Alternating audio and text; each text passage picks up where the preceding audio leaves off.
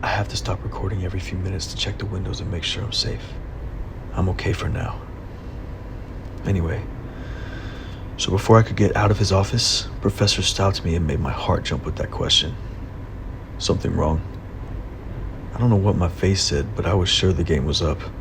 I couldn't say a word. He pointed to my backpack.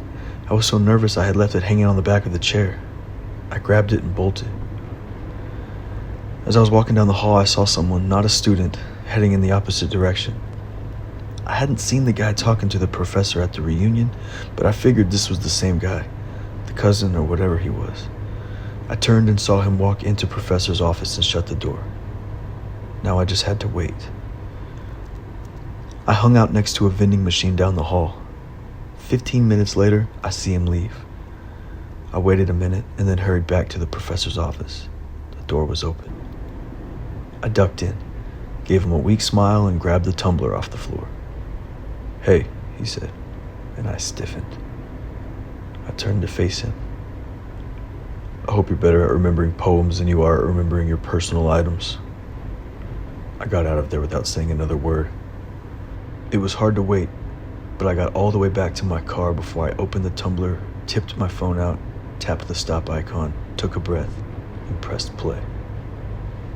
Leaving my phone in that tumbler set to record their conversation was the craziest thing I've ever done, but it looks tame compared to what my life has become over the past week. So here's what I heard.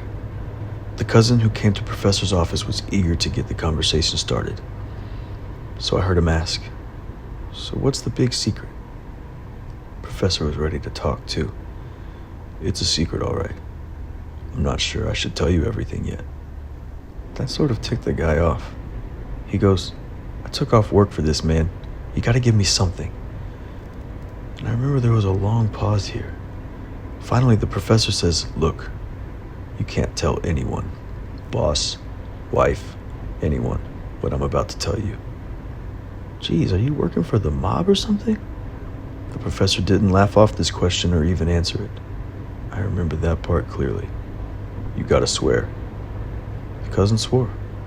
And then the professor says, "You could get us both killed. Your family too." There was a long pause. I was riveted to my phone. What had I stumbled into? Was I getting myself into danger just by hearing this? But I had to keep listening. How could I walk away now? The cousin's voice changed at this point. He talked more quietly, more slowly. He was scared, and actually so was I. I remember feeling my heart pounding under my shirt even while I was safe in my car. So he asked, "Do I even want to know this?" And the professor answered right away. He says, "Oh, you want to know. This is big. It's just delicate." So the cousin said he was ready to hear the secret. The professor goes, "No, you're not. But I'll tell you anyway." Whoa.